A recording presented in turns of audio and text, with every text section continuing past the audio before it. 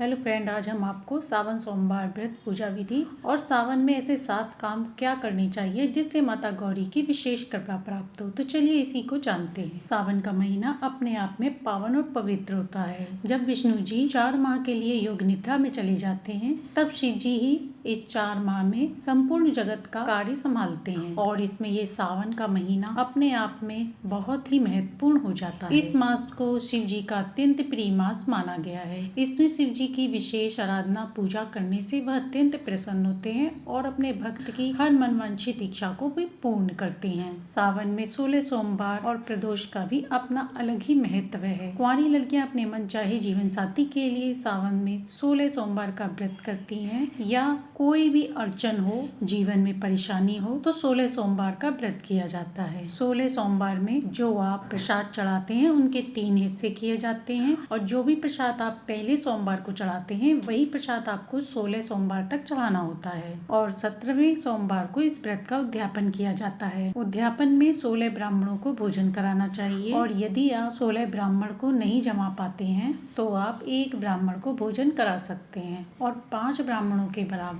भोजन सामग्री सूखा आप दान कर सकते हैं। इस व्रत को पीरियड में भी किया जाता है, बस पूजा नहीं की जाती। पूजा आप परिवार के किसी भी सदस्य से करवा सकते हैं, पर उपवास आप रख सकते हैं। सावन में रुद्राभिषेक का विशेष महत्व होता है, तो इसलिए बेल वृक्ष के नीचे या शमी वृक्ष के नीचे आप शिवलिंग का निर्माण करके पार्थिव शिवलिंग की पूजा कर सकते हैं। यह भी विशेष फलदायी होता है और मनोकामना पूर्ति करता है। पूरे महीने यदि आप ऐसा करेंगे तो आपकी मनोकामना अवश्य ही पूर्ण होती है। सावन में स्त्रियों को ऐसा क्या करना चाहिए जिससे घर में सुख समृद्धि बनी रहे और परिवार में खुशहाली आए। हर सुहागिन महिलाओं को अपने घर की सुख शांति के लिए, दाम्पत्य जीवन के लिए ये कुछ विशेष कार्य जरूर करने चाहिए। सावन का महीना 11 जुलाई से प्रारंभ हो रहा है और 9 अगस्त तक रहने वाला है। जिन कुंवारी लड़कियों का विवाह होने में विलम्ब हो रहा है वो लोग माता गौरी को रोज कुमकुम और रोली का तिलक लगाएं और साथ ही पार्वती चालीसा का नित्य नियम से पूरे महीने पाठ करें। इस पाठ का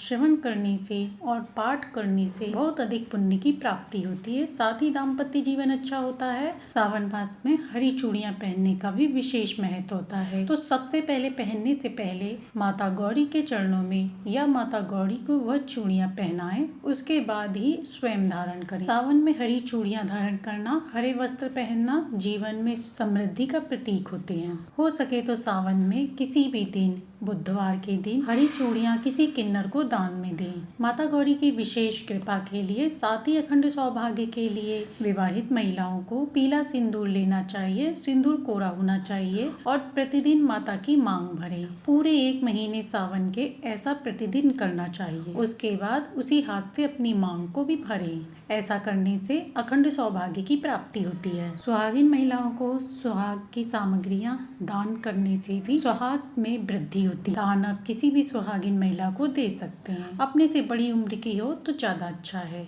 उन्हें सुहाग देते समय उनसे कोई भी एक सुहाग की चीज ले सकते हैं। ऐसा करने से भी गौरी माँ की विशेष कृपा प्राप्त होती है, अखंड सौभाग्य मिलता है और दाम्पत्य जीवन मधुर होता है। सावन मास में पार्वती चालीसा या माता दुर्गा के 32 नाम का जप करने से विशेष कृपा प्राप्त होती है, क्योंकि जिस तरह शिव जी की आराधना विशेष है सावन मास में, उसी तरह सावन मास में माता गौरी की भी पूजा आराधना विशेष होती है। सावन सोमवार में यदि आप मंगला गौरी का व्रत करती हैं तो दाम्पत्य जीवन मधुर होता है, साथ ही मंगल दोष भी दूर होता है और वैधव्य योग भी समाप्त होता है। यदि आषाढ़ मास में चूड़ियां खरीदना चाह रहे हैं तो मंगल और शनिवार को छोड़ के किसी भी दिन खरीद सकते हैं। आषाढ़ मास में कोई भी सुहाग की सामग्री खरीद रहे हैं तो सबसे पहले उसे माता को समर्पित करें, क्योंकि वह प्रसाद के रूप में बाद में आप ग्रहण कर सकते हैं, क्योंकि जब वह प्रसाद हो जाता है तो वह माता की कृपा बन जाता है जो कभी भी शरीर से उतरता नहीं है। और आषाढ़ में जो भी चूड़ी आप खरीद के लाए हैं उसे सावन के पहले सोमवार को अपने घर के मंदिर में या बाहर के मंदिर में चढ़ा के तभी धारण करें। सावन हो या कोई भी दिन हो, शनिवार और मंगलवार के दिन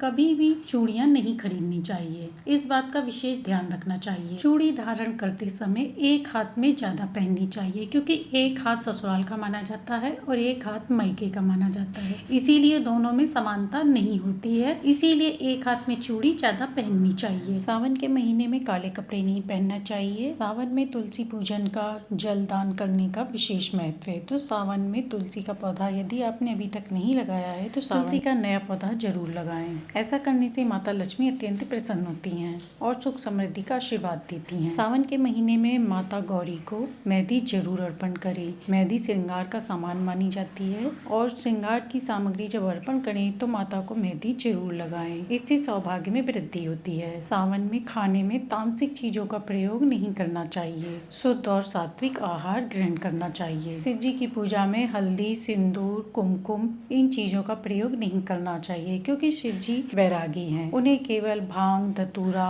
चंदन, भस्म, बेलपत्र आदि अर्पण करना चाहिए। तो ये थी सावन मास की कुछ जानकारी, कुछ पूजा विधि। आशा है कि आपको ये जानकारी और पूजा विधि पसंद आई होगी। यदि पसंद आई हो तो लाइक, शेयर, सब्सक्राइब करें।